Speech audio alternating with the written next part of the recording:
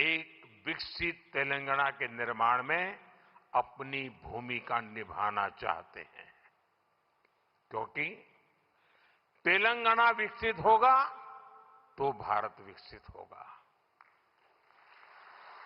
मैं तेलंगाना के हर परिवारजनों को ये भरोसा दिलाता हूं कि आपके सपने पूरे करने के लिए केंद्र सरकार ही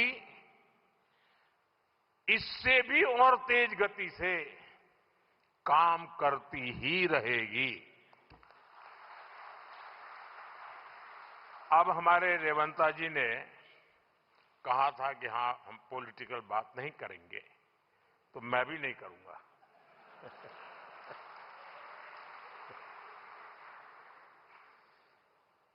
और इसलिए नॉन पॉलिटिकल बात मैं रेवंता जी से कहूंगा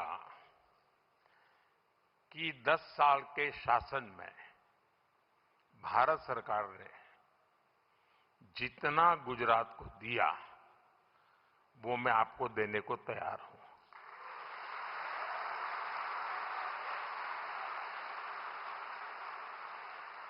लेकिन मेरी जानकारी से मैं आपको बता देता हूं कि जैसे ही मैं ऐसा करूंगा, आपको जो अभी मिल रहा है वो आधा हो जाएगा।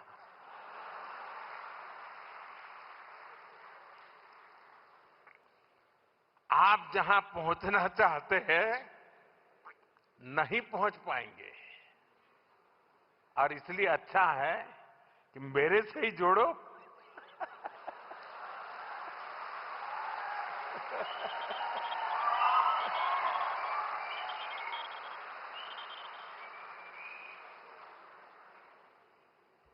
साथियों,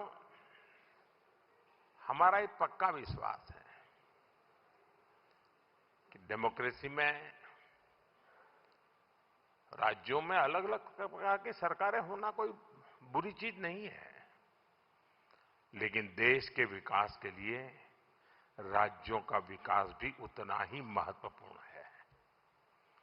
राज्यों के विकास के बिना देश का विकास संभव ही नहीं है, और इसलिए हमारी सारी योजना के केंद्र बिंदु में राज्यों का विकास हो, तेज गति से विकास हो, उस भाव को लेकर के हम सब मिलकर के चलें और 2047 विकसित भारत का सपना हम अपनी आंखों के सामने सिद्ध होता देखें। यही मेरी सबको शुभकामना है। बहुत बहुत धन्यवाद।